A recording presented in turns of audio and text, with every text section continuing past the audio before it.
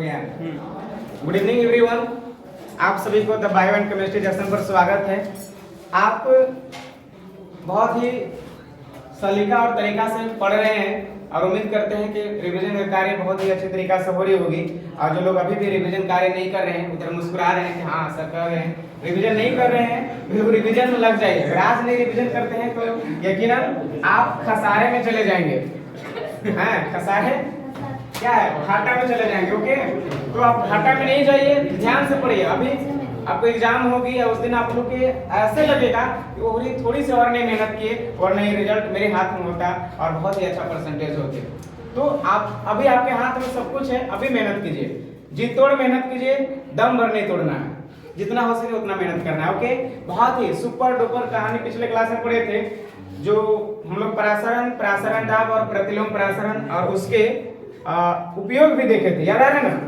आज हम लोग उसी से रिलेटेड एक बहुत ही इंपॉर्टेंट नियम सीखेंगे, प्रासरण दाब कैसे ज्ञात करेंगे। प्रासरण दाब निकालने के लिए कौन कौन से तरीके हैं, एक बहुत ही इंपॉर्टेंट सिद्धांत है और ये सिद्धांत बार बार एग्जाम में आए हुए हैं। यहाँ से न्यूमेरिकल या तो यहाँ से एक क्वेश्चन आएंगे, थ्योरी आएंगे। ओके, एक टॉपिक है जिसे हम लोग बोलेंगे बिलियन का या तनु बिलियन का वन हाफ सिद्धांत। आप सब हेडिंग करेंगे तनु बिलियन का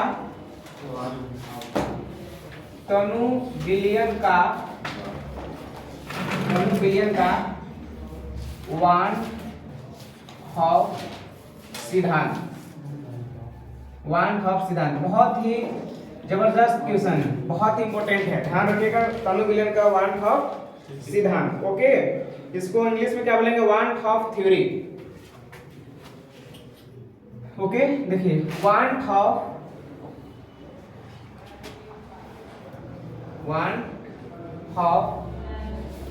थ्योरी, VANT लिख लिया ना, उसको कैसे करें, one half theory of dilute solution. One half theory of dilute solution. इसका मीनिंग हुआ तनु बिलियन के लिए वन हाफ का क्या सिद्धांत है। अगर वन हाफ सिद्धांत में दो वैज्ञानिक हैं, वन हाफ जो सिद्धांत होते हैं डियर, इसमें दो वैज्ञानिक मिलकर काम किए हैं, एक का नाम है बॉयल और दूसरे का नाम है गे। बॉयल वन हाफ का नियम और गे लुसाक वन हाफ नियम, दोनों मिलकर के एक बहुत ही जबरदस्त सिद्धांत दिए हैं जिसका नाम है, दोनों मिलाकर के नाम है तनु बिलियन का वन हाफ सिद्धांत। वन हाफ दैट मींस दोनों में वांट लगे हुए हैं, क्लियर है ना। इसमें पहला सिद्धांत जो है, जो पहले साइंटिस्ट हैं उनका नाम है बॉयल वन हाफ नियम। पहला के बारे में अभी स्टडी करते हैं जिसका नाम है बॉयल वन हाफ नियम। बॉयल वन हाफ नियम। ओके, जो हमारे बॉयल साहब हैं ये क्या कहते हैं बिलियन के बारे में, सॉल्यूशन के बारे में क्या बोलते हैं, आइए बॉयल के बारे में जानते हैं। याद रहेगा बॉयल वन हाफ नियम, ये बॉयलिंग वाला नहीं है ना, ध्यान रखेंगे। एक साइंटिस्ट का नाम है बॉयल और इन्होंने वन हाफ सिद्धांत में क्या कहा, सुनिए और समझने की कोशिश कीजिएगा, ठीक है। करेक्ट, इस नियम के अनुसार तनु बिलियन का प्रासरण दाब लिख दें। इस नियम के अनुसार और बड़ा लिखें, इस नियम के अनुसार तनु बिलियन का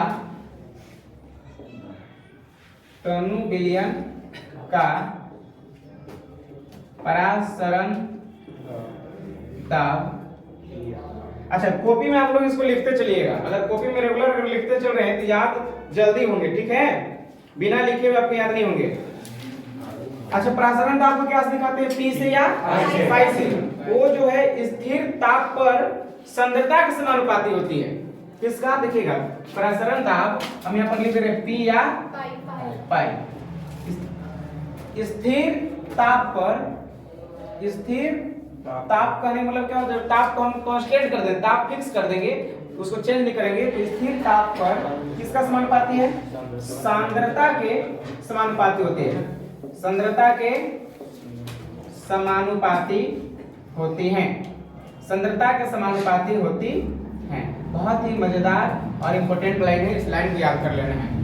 बॉयल के अनुसार तनु बिलियन का जो प्रासरण दाब P या पाई, P से इसको दिखाएंगे या तो इसको हम लोग क्या से दिखाते हैं, हम लोग पाई से दिखाते हैं। तो जो P या पाई होते हैं बबुआ लोग, वह स्थिर ताप पर जब टेम्परेचर फिक्स होगा तो सांद्रता के समानुपाती होंगे। तो इसका मतलब हम लोग ऐसे दिखा सकते हैं, P या पाई में से एक किसी को ले लेते हैं, P को ही ले लेते हैं, तब P ये समानुपाती होती है।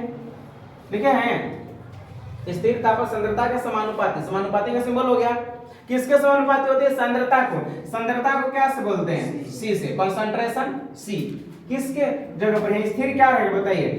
स्थिर ताप P को स्थिर कर दिए पर में भी किसी को कोई प्रॉब्लम नहीं होंगे। बहुत ही इंपॉर्टेंट नियम है, पहला नियम कंप्लीट हो जाता है बॉयल के नियम, याद रहेगा। अगर P समानुपाती अगर क्या हो जाता है? C हो जाता है, तो अभी समानुपाती में ही इसको छोड़ सकते हैं, या तो आप इसको कन्वर्ट भी कर सकते हैं, याद रहेगा। बताइए, जहां C क्या होता है? C कंसंट्रेशन होती है। जहां C के लिए फॉर्मूला आता है, ध्यान रखिएगा, जहां C बराबर N बटा क्या होते हैं? V। N क्या है बताइए? अभी क्या है? N क्या है? Number of moles. N क्या है? नंबर ऑफ, जहां C N बटा V होते हैं, जिसमें N क्या है? मोलों की संख्या है, मोलों की संख्या है, और V जो है बबुआ लोग बिलियन की आयतन है। ये क्या है? बिलियन की आयतन, बिलियन की आयतन। कोई दिक्कत नहीं है। एक नियम मेरा कंप्लीट हो जाता है, दूसरे नियम से चलेंगे, ठीक है। थोड़ा सा इसको जल्दी से उतार लेंगे, इसके बाद हम लोग इसको आगे बता रहे हैं दूसरा नियम। ये आपका एक नियम इसमें कंप्लीट होता है, जिसे हम लोग क्या बोलते हैं? बॉयल का नियम। दोनों बिलियन का दो नियम पढ़ेंगे हम लोग। ध्यान से समझिए इधर। अभी आप देख रहे थे जहां C बराबर N बटा V आया, N मोल की संख्या, V क्या है? बिलियन की आयतन। फर्स्ट रूल याद हो गया, बॉयल वान ऑफ नियम है पहला। अगर हम दूसरा से नाम से चले, ध्यान समझिएगा, तो दूसरे हमारे जो वैज्ञानिक हैं जो वान ऑफ सिद्धांत में है, उनका नाम है गे लुसाक। क्या है? गे लुसाक वान ऑफ सिद्धांत, गे लुसाक वान ऑफ सिद्धांत, ठीक है। जब इस सिद्धांत में अगर हम लोग चलेंगे तो इनका जबरदस्त सिद्धांत है, ध्यान समझिएगा। क्या चेंज किए हैं ये? बड़ा अजीबोगरीब है। वो भी थोड़ा बेचारा वही बोल रहे हैं, ये भी वही बोल रहे हैं, बस थोड़ा थोड़ा नियम चेंज करके हम लोग को परेशान करने की कोशिश कर रहे हैं। नहीं, ये क्या बोले? ये बोले कि भैया जब स्थिर अगर ताप रहेगा, देख रहे हैं ना, स्थिर ताप रहेगा तो दाब सांद्रता के समानुपाती होते हैं। और ये थोड़ा सा नियम बदल दिए, क्या बोले कि स्थिर आपका यहाँ पर जो है ताप, स्थिर सांद्रता पर ताप के समानुपाती होते हैं। बस इतना सा ना चेंज कर दिए, थोड़ी सी अंग एक नियम हो गया, ठीक है। फिर से हम सेम वैसे लिखते हैं सिद्धांत, तो यहाँ लिखते हैं हम लोग इस जगह। देखिए तो नीचे दिख पा रहे हैं? हाँ सर, दिखता है, दिख रहे हैं नीचे? तो दिख रहे हैं तो एक लाइन लिख देते हैं। देखिए, देखिए इस नियम के अनुसार, इस नियम के अनुसार, इस नियम के अनुसार, ठीक है, इस नियम के अनुसार स्थिर, क्या इसमें स्थिर रहेगा बताइए? स्थिर सांद्रता, इसमें सांद्रता नहीं फिक्स थी, अभी फिक्स सांद्रता हम कर देंगे। स्थिर सांद्रता पर दाब केल्विन तापमान के, तापमान एक्चुअल में केल्विन मिलेंगे ना, केल्विन तापमान के समानुपाती होती है, समानुपाती होती है। याद हो जाएगा क्या? केल्विन ताप के समानुपाती होती है। ओके, बस थोड़ी सी नियम में चेंज है। इस नियम को क्या हम फिक्स कर देंगे? स्थिर सांद्रता कर देंगे। जब सांद्रता स्थिर हो जाएगा तो दाब हो जाएगा केल्विन ताप के समानुपाती हो जाएंगे। तो क्या इस चीज को हम ऐसे लिख सकते हैं? दाब को तो वही P से दिखा रहे हैं, P समानुपाती, अभी सांद्रता स्थिर है तो किसके समानुपाती है? केल्विन ताप। केल्विन ताप को हम लोग कैपिटल T से दिखाते हैं, ध्यान रखेंगे। जहां T टेम्परेचर है, T टेम्परेचर है, केल्विन टेम्परेचर में है, ठीक है, याद रहेगा ना। तो P समानुपाती क्या हो जाएंगे? T। क्या है वो नियम? देखिए दो, बॉयल का हुआ P समानुपाती C और गे लुसाक का हो गया P समानुपाती T। अगर हम दोनों नियम से चलेंगे बबुआ लोग, तो बताइए क्या हो जाएगा? यहाँ लिखते हैं उपरयुक्त दोनों नियम से, उपरयुक्त दोनों नियम से अगर आप दोनों नियम से चलेंगे तो बताइए तो कुछ ऐसा आ जाएगा क्या? दोनों साइड में P क्या है? सेम है, इधर C है, इधर क्या है? T है। अगर दो कहीं अगर प्रोपोर्शनल दिया रहे और दोनों में लेफ्ट साइड में सेम हो तो राइट साइड वाला प्रोडक्ट के इक्वल होते हैं, गुणनफल हो जाते हैं। ये नियम सीखे हैं? नहीं सीखे तो सीखे। दोनों के जब हम ये क्या लिख देंगे? P समानुपाती है तो लिखेंगे समानुपाती, दो देखिए दोनों जगह समानुपाती है, यहाँ पर भी और यहाँ पर भी, तो P समानुपाती लिख दिए और दाहिनी साइड वाले दोनों क्या हो जाते हैं, गुणनफल। याद आ जाएंगे साबित रह जा। तो इधर क्या करेंगे हम लोग, C मल्टीपल क्या लिखेंगे, T। एक बहुत बढ़िया इंपॉर्टेंट नियम है, जब दोनों लेफ्ट साइड में इक्वल हो, समानुपाती हो, तो C और T इधर वाले प्रोडक्ट इक्वल हो जाते हैं, गुणनफल हो जाते हैं। यहाँ लिख दे P समानुपाती CT। अगर P बराबर लाइएगा तो कोई ना कोई कांस्टेंट आएगा, कांस्टेंट के रूप में आप जो भी लाइए, एक्चुअल में यहाँ पर हम R लाएंगे, है ना, नियतांक के रूप में यहाँ पर R लाते हैं। अब बगल में क्या है, C, बगल में क्या है, T, तब P बराबर R CT। बहुत बड़ा एक यहाँ पर समीकरण तैयार होते हैं, P बराबर R CT। बताइए यहाँ तक किसी को कोई समस्या है, P या पाई से दिखा सकते हैं, उसको हम वैल्यू रखेंगे आगे, अभी यहाँ तक दिख नहीं ना है।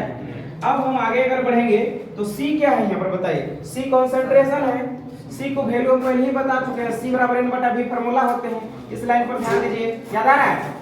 तो जहां हम C लिखे हैं, अगर यहाँ पर N/V लिख दें तो कोई दिक्कत होगा, बताइए। जहां C है मेरे पास, वहां पर N/V हम लिख सकते हैं, आइए लिखते हैं। तो P बराबर एक नया फार्मूला आ जाएंगे, P बराबर R को R रहने दीजिए, C है तो C के बराबर N/V, और फिर बगल में मेरे पास क्या है, T लिख दिए। आप चाहे तो इसको मल्टीपल कर देंगे, तो यहाँ पर कुछ नहीं तो बटा मोल है, ठीक है, तिरछा तिरछी इस तरीके से हम लोग गुना कर सकते हैं, तो P इंटू क्या हो जाएंगे, V, तो P भी ऐसे जा रहा है, P इंटू V ऐसे, तो यहाँ हो जाएंगे P भी बराबर, उस साइड में क्या होगा, छोटे स्मॉल को पहले लिख दीजिए N, फिर कैपिटल R और बगल में कैपिटल है T, तो P भी बराबर NRT। इस समीकरण को पढ़े हैं, बहुत ही शानदार रिएक्शन है, ध्यान से समझिए, उतारिए, यहाँ से उम्मीद करते हैं किसी कोई दिक्कत नहीं होंगे, है ना। तो PV बराबर फाइनली आपको निकल गया NRT। इस समीकरण को 1/2 समीकरण भी कहते हैं।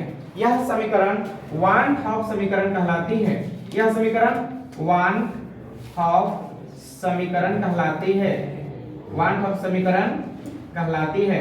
1/2 समीकरण जो वेरी वेरी इंपॉर्टेंट है, पूरा तो स्क्रीनशॉट लीजिए, इसको समझने की कोशिश कीजिए, और ये VBI मान करके इसको चलिए, आपको यहाँ से न्यूमेरिकल बनाने के इस फार्मूला पर न्यूमेरिकल आएंगे, या तो फिर ये डेफिनेशन आते हैं, बहुत इंपॉर्टेंट क्वेश्चन है। जल्दी से इसको फिक्स कीजिए, इसके बाद हम लोग नेक्स्ट क्वेश्चन की ओर चलेंगे।